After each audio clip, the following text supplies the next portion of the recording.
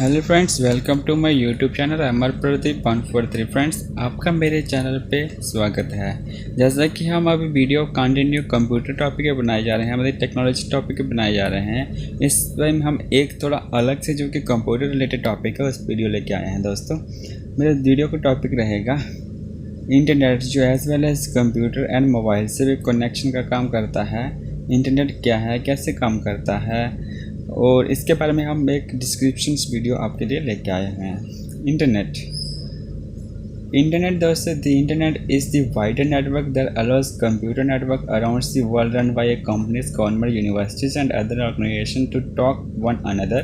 The result is a mass of cables, computers, data centers, router servers, repeaters, satellites, and Wi-Fi towers that allows digital information to travel around the world. Simply, दोस्तों internet क्या है? एक बहुत बड़ा हमारा data transfer करने का जाल बिछाया हुआ है दुनिया में, जिसको private companies, government companies, universities या कोई ऑर्गेनाइजेशन मिलकर चला रहे हैं। इसका यूज़ करने के लिए आपको दुनिया भर के केबल्स, कंप्यूटर, डाटा सेंटर्स की ज़रूरत पड़ती है, सर्वर्स की ज़रूरत पड़ती है, रूटर्स और सैटेलाइट्स, वाईफाई टावर्स की ज़रूरत पड़ती है। उसी के पर्पज़ से उन्हीं के दौरान हमारा इंटरनेट काम करता है। दोस्तों, ये था इंटरनेट के बारे में कि इसके लिए हमें किस किस की ज़रूरत पड़ती है और बेसिकली इंटरनेट है क्या। Internet and its users. The Internet carries many applications and services, most prominently the World Wide Web, including social media, electronic mail, mobile applications, multiplayer online games, internet telephony, file sharing and streaming media services.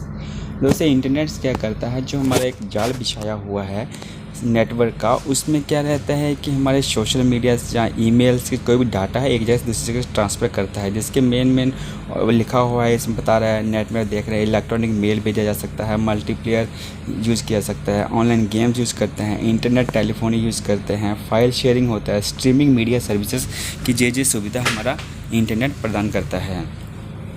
Next, sending end receiving emails, simple searching and browsing information. Online पे हमें किसी भी information को search करना, browse करना, कॉपिंग file between computer, दो computer के माध्यम में आपको कॉपी करना, फाइल शेयर करना, कनेक्टिंग फाइनेंशियल ट्रांजेक्शन्स, जैसे हमारा नेटवर्क, इंटरनेट बैंकिंग ट्रांजेक्शन्स करना, नेविगेशंस का, जीपीएस सिस्टम का यूज़ करना, प्लेइंग इंटरेक्टिव गेम्स, हमारे गेम्स को प्ले करना, वीडियो, म्यूजिक स्ट्रीमिंग, चैट और वॉइस कम्युनिकेशंस, जैसे हमारा ये वॉइस कम्युनिकेशन के सोर्सेस हैं। Generally, two types of internets available: Wi-Fi and Ethernet connection. A Wi-Fi connection transmits data by wireless signals, while an Ethernet connection transmits data over cables. To access a network via an Ethernet connection, user needs to connect a device using a router. Wi-Fi offers high-speed internet and the ability to connect multiple devices instantly and freely, whereas broadband is a wide connection, meaning that your system must be physically connected with the broadband cables. One of the drawbacks of Wi-Fi is that the signal cannot be really considered secure, both in terms of access and interference, especially from storms, which could disrupt the connection, and broadband is a secure connection.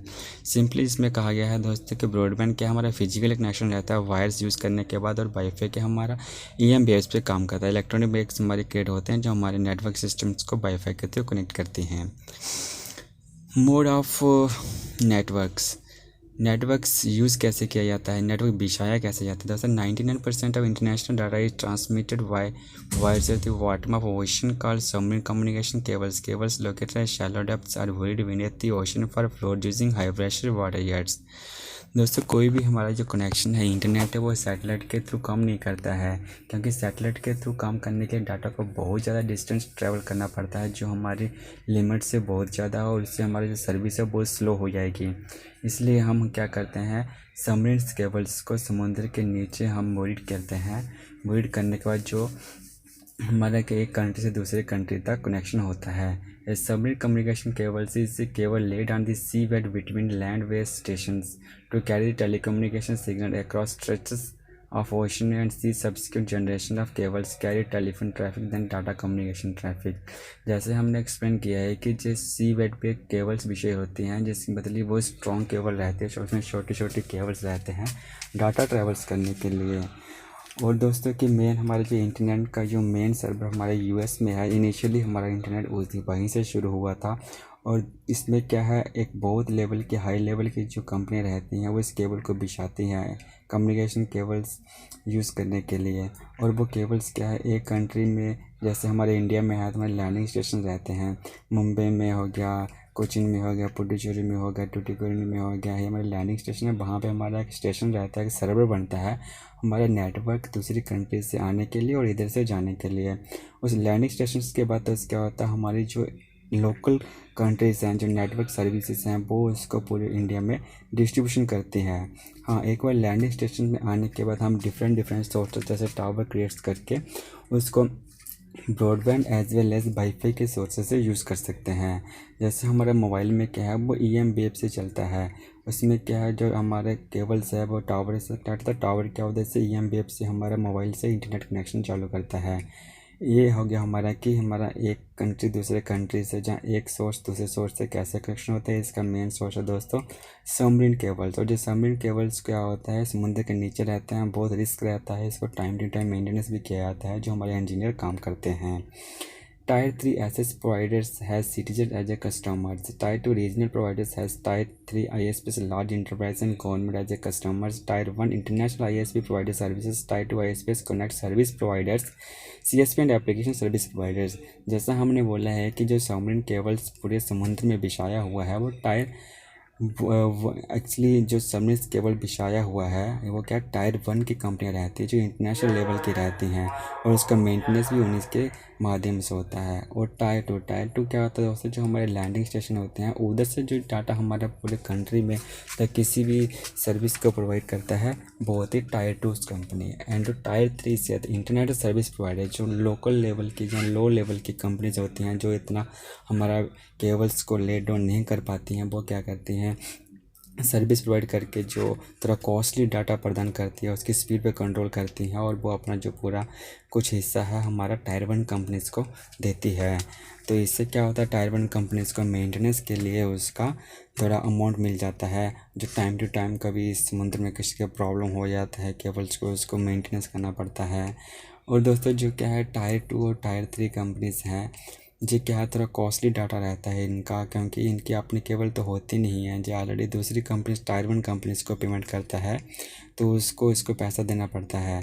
जैसे हमारा जियो ने already I think अपना cable lay down कर रखा है। इसका 4G का network बहुत ही सस्ता है बाकी अदर कंपनी से, और बाकी अदर्स कंपनी के कुछ हमारे लैंडिंग स्टेशन हैं इंडिया में, जो मतलब कि लैंडिंग स्टेशन क्रिएट करने के बाद ही डाटा हमको देते हैं। इंडिया में जो तो लैंडिंग स्टेशन क्या है, मुंबई में है, चेन्नई में है, पुडुचेरी में है, कोचीन में है, त्रिवेंद्रम में है, टूटिकोरिन में है, और नीचे देखो श्रीलंका में भी अपना उनका लैंडिंग स्टेशन जो उनका पर नियर बाई का सर्विस प्रोवाइडर होगा उसका लैंडिंग स्टेशन है। और नीचे जैसे जो मालदीव्स के लैंडिंग स्टेशन हैं। तो इसके क्या है मतलब कि यह कहना चाहता हूँ कि जो हमारा नेटवर्क है, जो इंटरनेट है, वो बेसिकली पूरा किसी भी सैटेलाइट सिस्टम पे नहीं चलता है। हमारी इसका मेन सोर्स रहता है सीबर्ड केबल्स का। सीबर्ड केबल्स को चलाना बहुत आसान नहीं है, इसलिए जो छोटी कंपनी इसको नहीं प्रोवाइड कर सकती हैं। जो बड़ी कंपनियों से Tier 1 कंपनियों से लिंक करके ही हमारा कंपनियाँ हमारा नेटवर्क सर्विस प्रोवाइड करती हैं। दोस्तों अभी ये तो हो गया इंटरनेशनल लेवल का, लेकिन हम हर चीज़ जो है वो नेट पे अवेलेबल है, लेकिन अपनी सिक्योरिटी कैसे बनाएं। जैसे कि दोस्तों अपने इंडिया में है, कोई भी डाटा हम इधर सर्च करते हैं, अगर तो इंडियन साइट है तो इंडिया में जल्दी से वो सर्च हो जाता है, लेकिन वो फॉरेन की साइट है, इंटरनेशनल साइट है, वो हमारी लैंडिंग स्टेशन से होके गुजरती है। नेक्सी, The National Internet Exchange of India is a non-profit company incorporated under Section 25 of the Indian Companies Act 1965 with an objective of facilities provide internet service in country. It was originated on 19 June 2003. Next क्या है, जैसे बोले national internet exchange of India. दोस्तों अभी हमारे पास बहुत से secret site भी होते हैं जो हम खोलते हैं, सीक्रेट डाटा भी होते हैं, जैसे बैंकिंग का हो जाता है, जहाँ अपने आधार कार्ड लिंक का होता है, पैन कार्ड लिंक का, वो तो हम अपनी दूसरी कंट्री को नहीं भेजना चाहिए ना। इसके नेक्सी क्या है, हमारा एक इंडियन सर्वर है जो हमारे इंडियन साइट्स को कंट्रोल करता है, जो अपना डाटा अदर्स लैंडिंग स्टेशंस के थ्रू अदर्स कंट्री में नहीं जाता है, जो होता है दोस्तों नेक्सी का काम। तो नेक्सी के अपने अलग अलग स्टेशंस हैं, अलग अलग सर्वर्स हैं इंडिया में, जो इस डाटा का कंट्रोल करता है। जो ऐसे सिक्योरिटी पर्पज़ के कोई भी कंट्री इसको नहीं खोल सकते हैं, हम इसको अपने लैंडिंग स्टेशन से आउट नहीं करते हैं। लेकिन जो नॉर्मल जनरल पब्लिक डाटा होता है वो हम क्या है, हमारे लैंडिंग स्टेशन से होकर गुजरता है, तो और वो कि दूसरे सर्वर में जाके और सर्च मारने के बाद ही हमारे वापस आउटपुट में मिलता है। जैसे कि दोस्तों कोई भी चीज़ आजकल नेटवर्क में आता है, फेसबुक, सोशल मीडिया हो गया, व्हाट्सअप वगैरह हो गया, ये सब इंटरनेट के थ्रू ही चलता है। दोस्तों जी एक छोटा सा डिस्क्रिप्शन था वीडियो का, आपको कैसा लगा please subscribe my channel, touch the bell icon for get the latest notification of my videos. Thank you very much.